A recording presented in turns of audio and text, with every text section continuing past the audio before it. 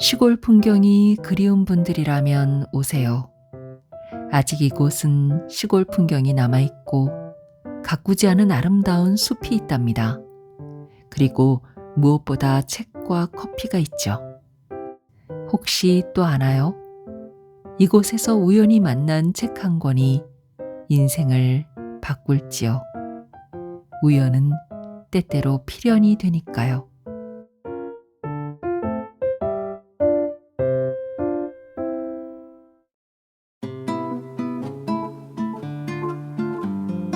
안녕하세요. 마음이 쉬어가는 곳 힐링필드입니다. 오늘 가져온 책은 내 꿈은 신간 읽는 책방 할머니, 임훈암 작가의 산문집입니다. 저도 막연하기는 하지만 언젠가는 작은 책방을 차리는 게 꿈이거든요. 그래서였을까요? 도서관에서 이 책의 제목을 보는 순간 저도 모르게 손이 먼저 간 책이었습니다. 썸네일로 치자면 제목을 아주 성공적으로 지은 거죠. 이 책의 저자 임은암 작가는 30년 가까이 글을 쓰고 책을 만들어 온 베테랑 출판인이자 지금은 작은 시골 마을에서 책방을 운영하고 있는 책방직입니다. 경기도 용인시 원산면의 한 마을에 있는 생각을 담는 집이라는 책방이 바로 저자의 아지트죠. 그곳은 단순히 책을 파는 공간에 머무르지 않습니다. 매주 북클럽이나 글쓰기 수업, 작은 음악회, 그리고 책방 스테이까지 시골 마을 안에서 작은 문화 거점을 만들어가고 있는 곳입니다. 책방 주인이라고 하면 왠지 평화로운 은퇴 이후의 삶을 떠올리기가 쉽지만 저자는 그 공간을 운영하면서 마주하게 되는 예상치 못한 소소한 사건들과 그리고 그 안에서 얽히는 사람들과의 관계를 담담하고 솔직하게 들려줍니다. 책방을 찾는 사람들의 다양한 태도, 사소한 오해나 불편함이 생겼을 때 그것을 어떻게 건강하게 풀어내는지, 그리고 무엇보다 그 공간에서 나만의 루틴과 중심을 지켜나가는 방법. 이런 이야기들을 보면서 저는 문득 과연 나라면 이 상황을 지혜롭게 넘길 수 있을까 하는 생각이 들었습니다. 책방 운영이라는 일이 단순히 책을 좋아하는 마음만으로는 어렵다는 거. 사람에 대한 깊은 이해와 꽤 많은 인내가 필요하다는 사실도 자연스럽게 느끼게 됐습니다. 책방이라는 공간을 매개로 사람과 삶을 대하는 작가만의 묻어나면서도 단단한 내면의 이야기, 지금 바로 들려드리겠습니다.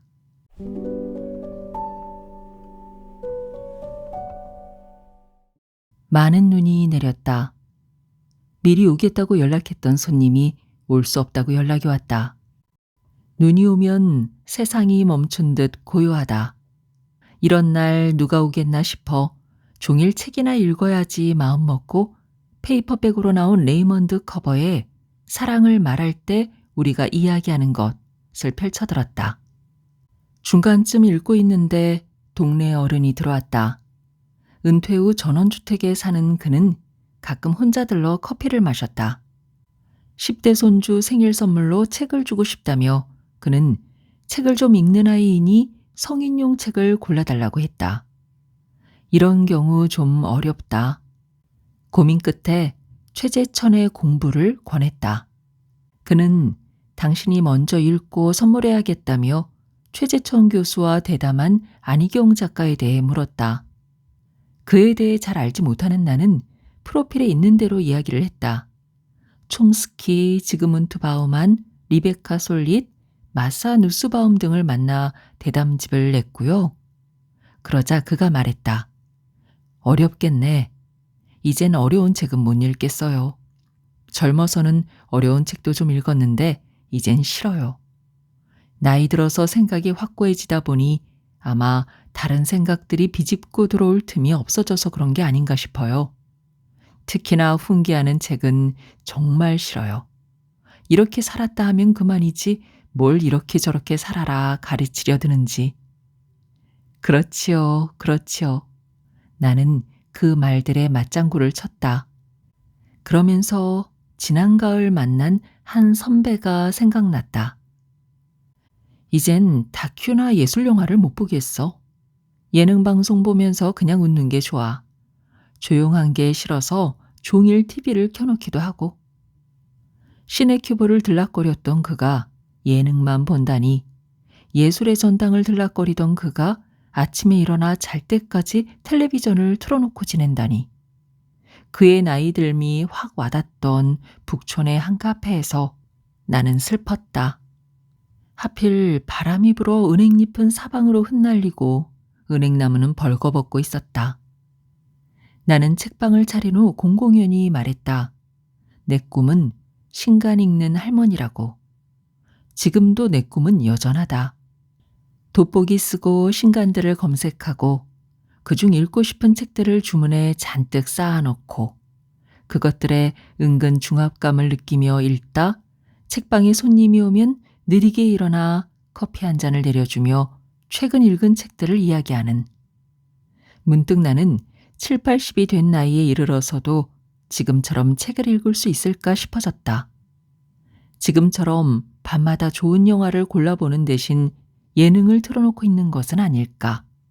마치 샷 추가를 외치며 종일 몇 잔의 커피를 들이마시던 때를 지나 하루 한 잔의 커피도 밤잠을 걱정하며 마시는 지금처럼 어쩌면 10년 후 나는 책 한 권을 들고 쩔쩔매는 것은 아닐까.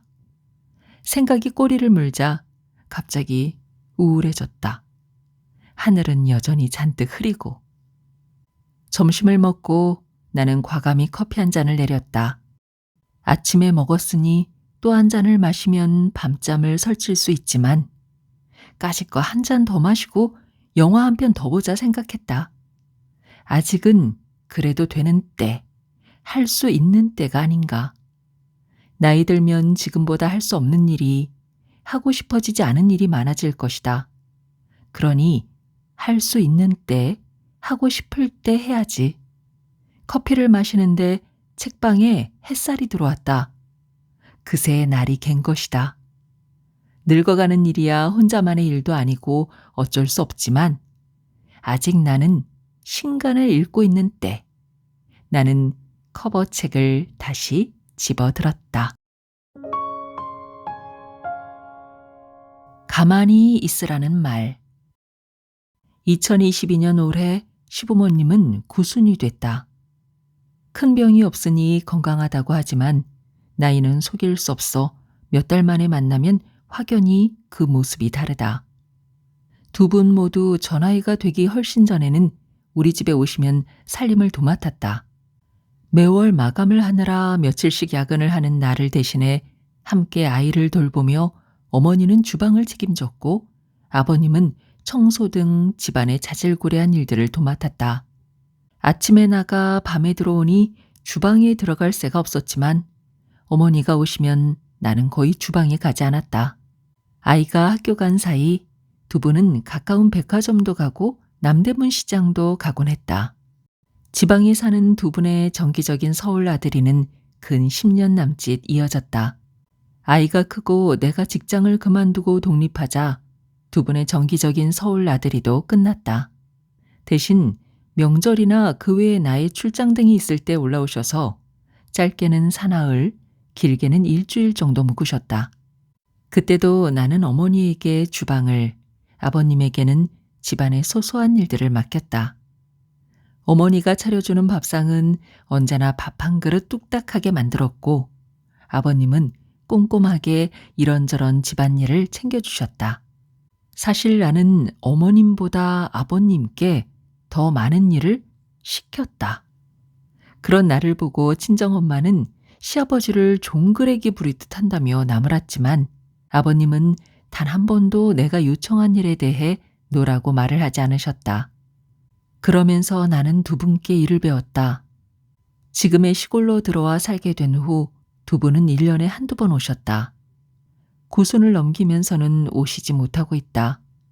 더 이상 돌볼 아이도 없고 그새 퇴직한 남편은 이제 아버님보다 더 많은 집 안팎의 일을 하지만 여전히 두 분이 오시면 나는 이런저런 일을 또 시킨다. 화분에 물을 좀 주시라. 마늘 좀 까달라. 풀 좀 뽑아달라 한없다. 점점 더 연로해진 두 분의 일은 더디기 짝이 없다. 나나 남편이 하면 후딱 해치울 일이기도 하다. 그래도 나는 일거리를 드린다. 주체적으로 하실 수 있으면 좋겠지만 당신네 집이 아니니 어쩔 수 없다. 그분들에겐 가만히 계시라는 말보다 소일거리가, 그래서 자식을 돕는 일이 더 즐겁다는 것을 나는 안다. 가만히 있으라. 이 말은 상당히 폭력적이다. 가만히 있으라는 말에는 상대의 생각과 행동을 차단한다는 것을 내포하고 있다. 무시와 억압과 소외가 따를 수밖에 없다. 그에 따른 결과는 상처와 비극을 초래한다. 가만히 있으라는 말에 꽃 같은 아이들이 당하는 어처구니 없는 폭력을 우리는 목도하지 않았나. 지난 설 때 저녁을 먹고 나서 두 분께 일거리를 드렸다. 손맛 좋던 어머니 기억도 되살릴 겸 어머니 주의 아래 남편이 통삼겹을 썰고 어머니가 파를 썰면 아버님이 꼬치를 꿰는 일이었다. 구순 부모와 머리 허연 아들이 고기가 두껍다, 팔을 옆으로 누워서 꿰라, 이렇게 해야 모양이 더 좋다, 야단 법석이었다. 나는 설거지를 하며 가끔 훈수만 뒀다. 그러느라 밤이 훌쩍 깊어졌다. 텔레비전 앞에서 꾸벅꾸벅 졸다 깨다 했을 두 분의 시간이 간만에 가득 찼다. 뛰는 아이에게 가만히 있으라고 하면 울음보를 터뜨린다. 평생 몸을 쓰며 살아온 노인에게 편하게 지내라며 가만히 있으라는 것은 일종의 폭력이다. 아마 그분들은 속으로 그렇게 말할 것이다. 너도 늙어봐라.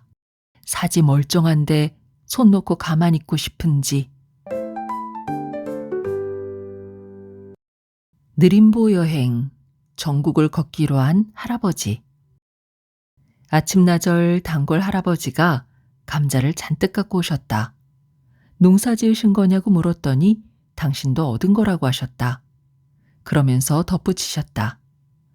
이렇게 갖다 줄 때가 있으니 얼마나 좋아. 시원한 매실차 한 잔을 주문하더니 며칠 전 주문한 느림보 여행을 찾으셨다. 전국의 걷기 여행을 소개한 책을 찾아달라고 하셨는데 느림보 여행은 10여 년 내가 한창 걷기에 빠졌을 때 만든 책이다. 그때 나보다 먼저 제주 올레길을 비롯해 전국을 걷던 블로그 닉네임 느림보를 만나 걷기 여행책을 제안했고 그래서 만든 책이 느림보 여행이었다. 느림보 여행은 제주 올레길 부미일 때 제주 올레길이나 지리산 둘레길 같은 잘 알려진 곳을 뺀 강릉, 예산, 익산, 청주 같은 전국의 23곳 걷기 좋은 길을 소개한 책이다. 책 소개 중에는 이런 대목이 있다. 걷기 여행의 진정한 맛은 길에서 만나는 사람. 차를 타고 목적지까지 가는 동안 우리가 만나는 것은 교통체증이거나 내 앞으로 끼어드는 차뿐이다. 그러나 걷기 여행을 하면 길가에 핀 민들레꽃도 볼 수 있고 달랑 의자 하나 내놓고 커피를 마실 수 있는 카페도 만날 수 있으며 시골 오일장에서 걸쭉한 사투리로 발길을 붙잡는 사람도 만날 수 있고 길에서 처음 만나 막걸리 한 사발 같이 나눌 수 있는 동행자도 만날 수 있다. 이 책을 만들 때 나는 이 책을 따라 걷겠다고 생각했다. 강릉, 전주, 울릉도 등 몇 곳은 여행 삼아 갔다 걷기도 했지만 제주 올레길에 빠져 있을 때였으므로 제주도로 달려가기에도 바빴다. 시원한 매실차를 건네고 책을 찾는데 할아버지가 말씀하셨다. 내가 이번에 나온 나는 괜찮아지고 있습니다를 보다 눈물이 났어요. 아이고, 이게 무슨 소린가? 아니, 어디서 눈물이 나셨어요? 그냥 읽다 보니. 지난 장마 때 집 공사하는 거 내가 다 봤잖아. 그때 얼마나 고생했어요. 그런 것도 다 알고 나니 책을 읽는데 그냥 읽혀지지가 않더만. 나도 찔끔 눈물이 나는 걸 참았다. 그리고 고개를 숙이고 연신 고맙다고 말했다. 할아버지가 말했다. 내가 더 늙으면 할 일이 없을 거 아니에요. 사업을 다시 시작할 것도 아니고. 그럼 뭐 할 일이 없잖아요. 술 먹는 것도 하루 이틀, 누워있는 것도 허리 아플 거고, 친구들도 하나둘 떠날 거고. 그럼 뭘 하겠어요. 그래서 걸으려고요. 이곳저곳 전국을 걷다. 길에서 죽었으면 해요. 그렇게 가고 싶어요. 근데 책을 보니 걷는다는 말이 참 많이 나오더만요. 난 이제 임 선생을 내 걷기 스승 삼아 걸으려고 합니다. 무슨 말이 쉽게 나오지 않았다. 아이고, 네, 하다 물었다. 실례지만 지금 연세가 어떻게 되세요? 올해 66. 내가 가보지 않은 나이 뭐라 말할 수 없었다. 가봤어도 저마다 다른 길, 또 뭐라 말할까? 그러나 걷기의 스승이라는 말은 좀 과하다 싶어 아니라고 했더니 한마디 하셨다. 어쨌든 나보다는 많이 걸었을 거 아니오. 그러니 스승이지. 나 밖에서 좀 놀다 갈게요. 할아버지가 나간 후 한동안 유리창 너머로 보이는 숲을 보았다. 조금이라도 틈만 나면 배낭을 메고 떠났던 시절, 발가락에 잡힌 물집을 빼고 다시 걷던 시절, 족저근막염으로 고생하던 시절들이 순간 지나갔다. 그때 그렇게 걷지 않았다면 나는 어땠을까? 모든 것은 역시 한때다. 그 시절을 지나고 또 다른 시절도 지나고 지금에 이르렀다. 지금 이렇게 살지 않았다면 어땠을까? 가끔 생각하기도 한다. 그러나 분명한 것은 이렇게 살기를 100번 잘했다는 것. 할아버지는 언제쯤 길을 떠날까? 나이 들면 걷기는 더 힘든데. 근데 66밖에 안 됐는데 할아버지라 부르기에는 너무 젊지 않은가? 물론 할아버지 앞에서는 선생님이라고 부르지만.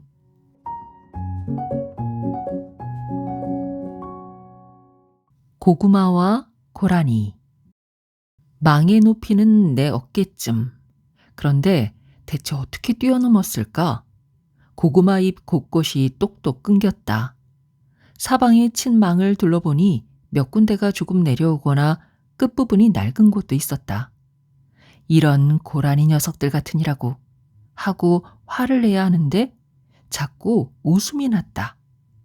고라니가 망 주변을 맴돌다 가장 만만하다 싶은 곳을 골라 망을 씹어대다 고개를 주걱거려 망 높이를 조금 낮추고 마침내 으쌰 하고 뛰어넘었을 것을 생각하니 웃음이 날 밖에. 이런 똑똑한 고라니들이라니. 그래도 고라니들아, 적당히 먹어다오. 나도 좀 먹자. 이곳에 이사왔던 첫 해봄, 마당에 고구마를 심었다. 농사는 난생 처음. 고구마 잎이 나오자 신기했다.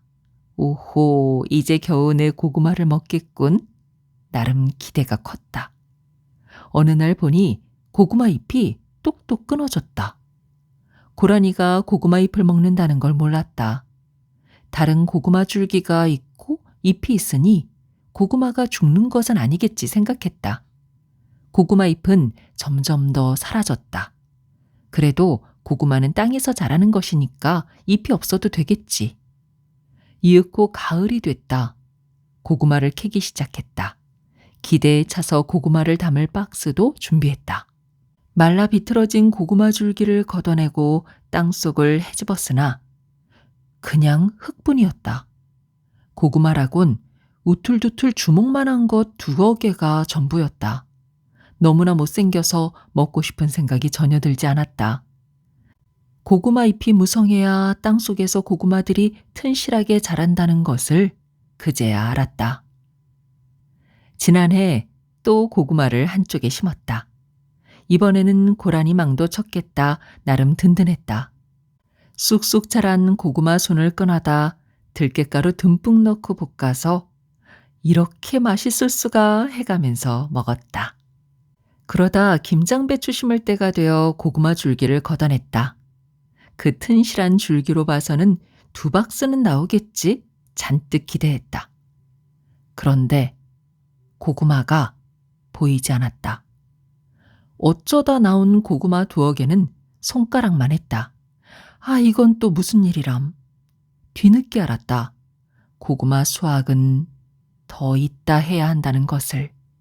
우린 너무 일찍 땅을 판 것이었다. 그리고 올해 고구마를 밭 끄트머리에 심고 김장배추 심은 후 캐기로 마음먹었다. 올해는 고구마를 꼭 먹고 말 테야 생각하면서. 그런데 고라니가 저 높은 망을 뛰어넘을 줄이야. 암튼 올해는 고구마를 조금이라도 좀 캐고 싶다.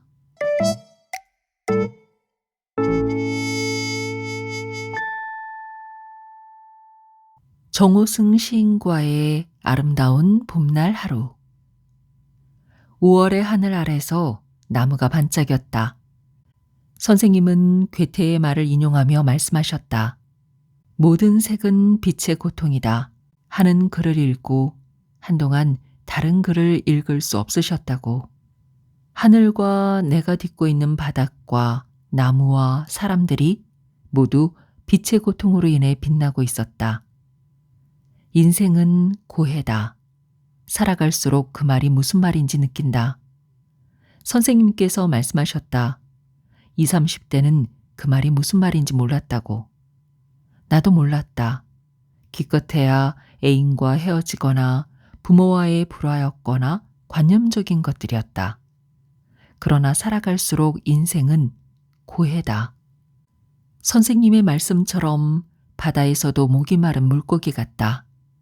선생님은 시 이야기를 하는데 나는 자꾸 내 삶을 생각했다. 내가 살아온 시간들, 그리고 지금 한 해가 지나고 또 한 해가 쏜살같이 지나고 그러다 나는 사라지겠지. 선생님은 어머니와 정채봉 선생님이 가장 보고 싶다고 했다. 2분 모두 돌아가셨으니 보고 싶다고 해서 달려갈 수도 없고 전화를 할 수도 없다. 죽음이란 그런 것. 나뭇잎 사이로 반짝이는 햇빛도 볼 수 없는 것. 눈물이 핑 돌았다. 선생님은 자신을 이해하기 위해서 시를 읽고 쓴다고 하셨다. 나는 왜 시를 쓰기 시작했을까? 선생님은 행사를 앞두고 일찌감치 시 5편을 보내셨다. 오는 이들에게 프린트해서 나눠주기 위한 것이었다. 햇살에게, 내가 사랑하는 사람, 바닥에 대하여, 수선화에게, 산산조각. 선생님을 만나기 전 이 5편의 시를 읽고 또 읽었다. 선생님의 다정함을 생각하면 가슴이 따끈해졌고 시를 읽으며 쓸쓸해졌다. 번잡하게 이 일 저 일 하다 나는 마당에 나가 멍하니 앉아있곤 했다. 시간이 없다는 선생님의 말씀이 항상 맴돈다. 나의 시간도 얼마 안 남았다. 일찌감치 마감했어도 예약한 사람은 40명이 넘었고 전화해서 오겠다는 사람도 있었다. 마당에서 하는 것이므로 더 접수를 받았다. 선생님은 남부터미널에서 시외버스를 타고 오셨다. 조금 늦게 모시러 나가는 바람에 선생님은 버스 정류장에 혼자 앉아 계셨다. 오후 4시에 시작한 선생님의 이야기는 1시간이 넘도록 이어졌다. 몇 사람의 질문에 답을 하고 나니 어느새 5시 50분, 시간을 보고 깜짝 놀라 마무리를 했다. 사인을 받으려고 사람들이 줄을 섰다. 선생님의 책을 구입해서 사인을 받는 이도 있었고 오래전 읽은 선생님의 시집을 책장에서 꺼내온 이도 있었다. 선생님을 다시 시외버스 정류장에 모셔다 드렸다. 버스가 오려면 30여 분 기다려야 했다. 선생님 곁에 앉아 함께 버스를 기다리고 싶었다. 선생님은 들어가서 일을 정리하라고 한사코 가라고 하셨다. 마지못해 차를 돌려 나오는데 자꾸 눈물이 났다. 선생님은 시골 버스 정류장에 혼자 서 계셨다. 선생님은 당신의 시 중 딱 한 편을 고른다면 산산조각을 고르겠다고 말씀하셨다. 산산조각을 다시 읽는다. 산산조각이 나면 산산조각을 얻을 수 있지. 산산조각이 나면 산산조각으로 살아갈 수 있지. 정호승 시 산산조각 중에서. 네, 지금까지 임훈암의 내 꿈은 신간 읽는 책방 할머니였습니다. 이곳 책방을 지나는 길에는 느티나무 30여 그루가 길게 이어져 있다고 합니다. 대략 100년은 훌쩍 넘은 아주 큰 나무들이죠. 그 중에는 보호수로 지정된 느티나무도 2그루가 있는데요. 하나는 240년, 또 하나는 무려 580년 된 나무라고 하네요. 인간은 감히 꿈꿔볼 수도 없는 그 오랜 세월을 한결같이 같은 자리에서 버텨준 것만으로도 그 나무들은 우리에게 큰 힘을 나눠주고 있는 것 같습니다. 저는 그 나무들 곁에 책이 머무는 공간, 생각을 담는 집이 있다는 사실이 유난히 좋았습니다. 올해가 가기 전에 꼭 한번 가보려고 합니다. 감사하게도 저에게는 아주 가까운 곳이거든요. 오늘도 힐링필드와 끝까지 함께 해주셔서 감사합니다. 건강하세요.